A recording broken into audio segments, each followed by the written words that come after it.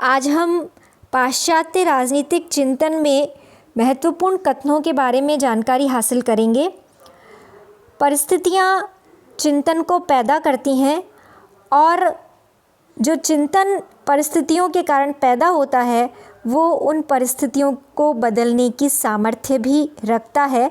इस एक तथ्य को ध्यान में रखते हुए हम उन महत्वपूर्ण कथनों का अध्ययन करेंगे। सबसे पहले हम जिस कथन को ले रहे हैं वो सुकरात का एक महत्वपूर्ण कथन है और वो कथन है सद्गुण ही ज्ञान है और ज्ञान ही गुण है, अज्ञान पाप है। सुकरात ने ज्ञान को बुद्धि का विषय न मानकर आत्मा का विषय माना है। जो कुछ भी सद्गुण है सुकरात ने उसी को ही ज्ञान माना है।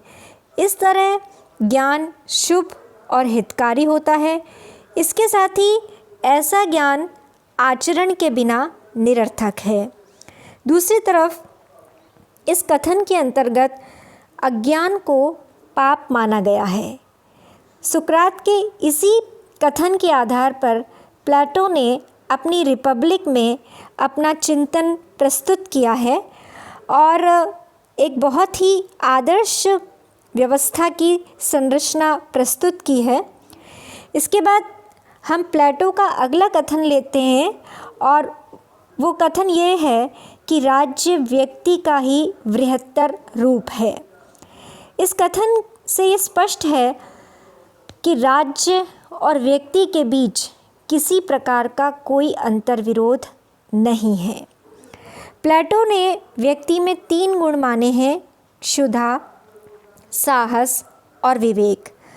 और राज्य में प्लेटो ने जो 3 वर्ग माने हैं उन 3 वर्गों के नाम है उत्पादक, सैनिक और शासक।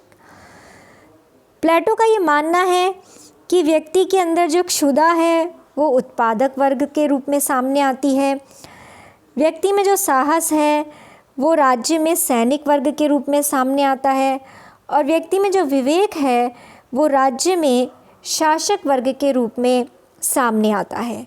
इस तरह राज्य व्यक्ति का ही बृहत्तर रूप है। उन दोनों में संघर्ष की कोई स्थिति नहीं है।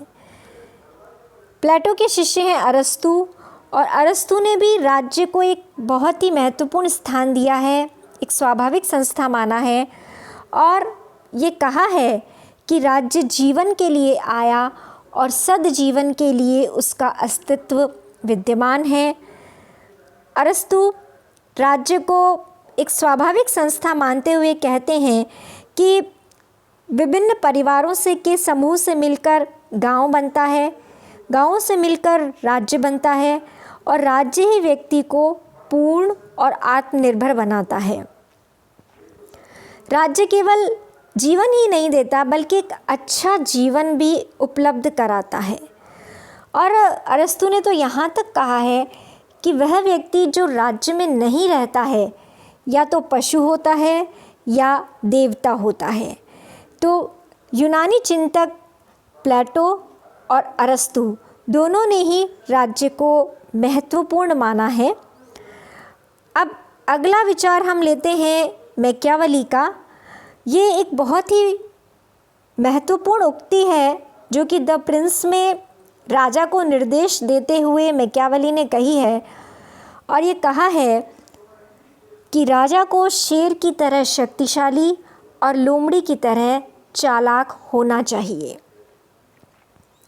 मैकियावेली का ये कहना है कि राजा जिन लोगों पर शासन कर रहा है चूँकि वे लोग अच्छे नहीं हैं इसलिए राजा को शक्तिशाली होने के साथ ही साथ थोड़ा चालाक भी होना चाहिए जिससे कि वो बुरे लोगों पर नियंत्रण रख सके। मैकियावेली का यह चिंतन भारतीय राजनीतिक चिंतन के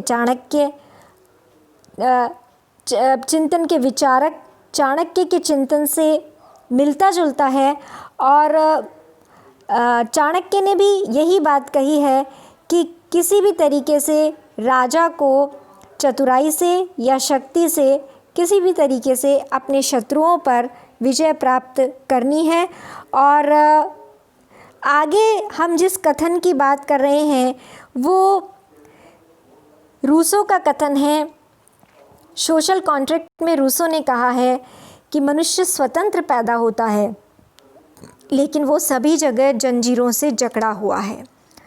रूसो ने यहाँ जिन जंजीरों की बात की है वो सभ्यता के विकास के साथ साथ उत्पन्न हुई हैं। जैसे जैसे कला, विज्ञान, साहित्य, इन सब का विकास हुआ, मानव सभ्यता का विकास हुआ, वैसे वैसे व्यक्ति की स्वतंत्रता बाधित हुई। और रूसो का ये मानना है कि व्यक्ति को सच्ची स्वतंत्रता तभी मिल सकती है जब वह प्रकृति की तरफ लौटे। तो उन्होंने अपनी पुस्तक में ये कहा है, बैक टू नेचर, यदि हम सच्ची स्वतंत्रता हासिल करना चाहते हैं तो हमें प्रकृति की तरफ अपने आप को वापस लौटाना होगा। और इसके लिए ये क्या प्रक्रिया अपनाई जाए, कैसे हम इस स्थिति को प्राप्त कर सकते हैं, रूसो ने सोशल कॉन्ट्रैक्ट में इसका विस्तार से विवेचन किया है। इसके बाद हम अगला कथन लेते हैं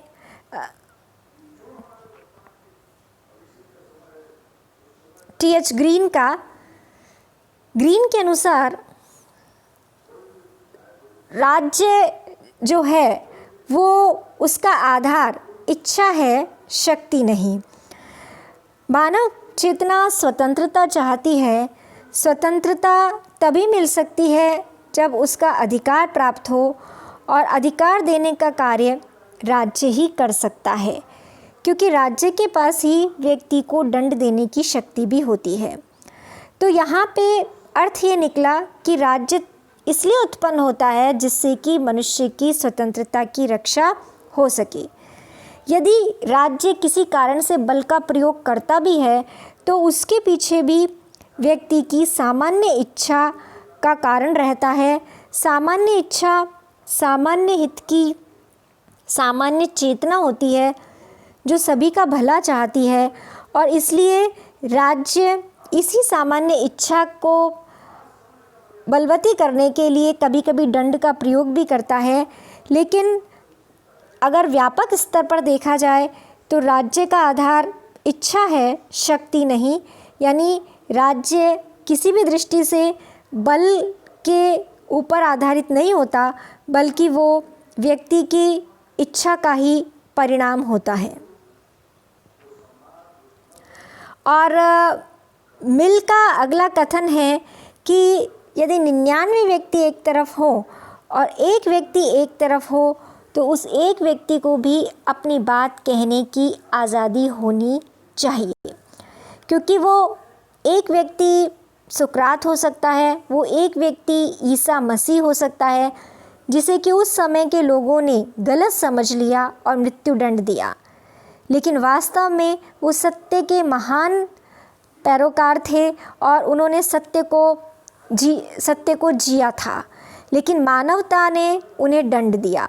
तो ऐसी दुर्घटना ना हो भविष्य में, इसके लिए मिल ने कहा कि विचार अभिव्यक्त करने की स्वतंत्रता पर किसी भी प्रकार की कोई पाबंदी नहीं होनी चाहिए।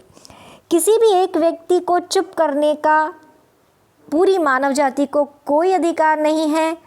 ठीक वैसे ही जैसे यदि सारी मानवता को उस एक व्यक्ति को चुप करने का कोई अधिकार नहीं है, और ये ठीक वैसे ही है जैसे एक व्यक्ति के पास यदि शक्ति होती और मान लीजिए वो पूरी मानवता को चुप करता तो उस समय कैसा लगता। तो इसी चीज़ को अगर हम अपने ऊपर लागू करें और फिर देखें तो वहाँ पे महसूस होता है कि स्वतंत्रता की क्या कीमत है, उसका कितना महत्व है। इसके बाद हम अगला कथन लेते हैं और वो है कार्ल मार्क्स का प्रसिद्ध कथन, और उसमें उन्होंने कहा है, दुनिया के मज़दूरों एक हो जाओ, तुम्हारे पास खोने के लिए इन जंजीरों के अलावा और कुछ नहीं है और पाने के लिए सारी दुनिया पड़ी है। यहाँ मार्क्स ने श्रमिकों को एकजुट होकर पूंजीपति वर्ग के खिलाफ संघर्ष करने के लिए आह्वान किया है, और शोषण से मुक्ति प्राप्त करने का यही तरीका है कि मजदूर श्रमिक वर्ग एकत्रित होकर पूंजीपतियों के खिलाफ संघर्ष करें। तो ये कुछ महत्वपूर्ण कथन थे जो कि अभी हमने पढ़े। इन कथनों में से कुछ में ऐसी ताकत थी जिन्होंने परिस्थितियों में बहुत व्यापक परिवर्तन किए, जैसे कि रूसो का कथन, मनुष्य स्वतंत्र पैदा होता है लेकिन वो सभी जगह जंजीरों से जकड़ा हुआ है। रूसो के इस कथन ने फ्रांस की क्रांति को अंजाम दिया। इसी तरीके से कार्ल मार्क्स का कथन कि दुनिया के मज़दूरों एक हो जाओ, तुम्हारे पास खोने के लिए जंजीरों के अलावा कुछ नहीं है।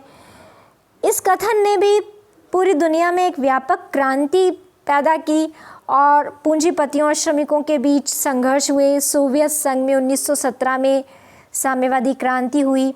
इसके बाद 1945 के बाद आधी दुनिया साम्यवादी दुनिया हुई और श्रमिक वर्ग को महत्वपूर्ण स्थान मिला। श्रमिक वर्ग के उद्धारक के रूप में मार्क्स का ये कथन बहुत महत्वपूर्ण स्थान रखता है। तो कहने का मतलब ये है कि इन विचारकों के इन कथनों में, विचारों में जो सामर्थ्य है, उन्होंने परिस्थितियों को बदला भी है। यदि विचार या चिंतन परिस्थितियों के अंदर से पैदा होता है तो उनको बदलने की सामर्थ्य भी रखता है और ये सामर्थ्य हमने इन चिंतकों में देखी। आज भी उनके इन विचारों का महत्व है और इसी महत्व के कारण आज भी हम इनका अध्ययन कर रहे हैं। कुछ न कुछ मौलिक सत्य और सार्वभौमिक सत्य इन कथनों में विद्यमान हैं।